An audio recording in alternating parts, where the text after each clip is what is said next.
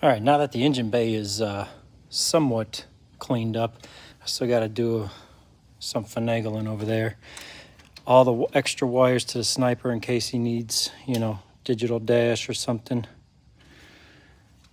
All the lights, fans, connectors, color-coded, battery, solenoid. Yeah, battery's all hooked up. I got it disconnected at the moment, this one.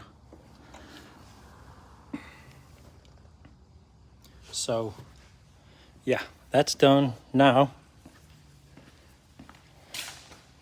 for the fun.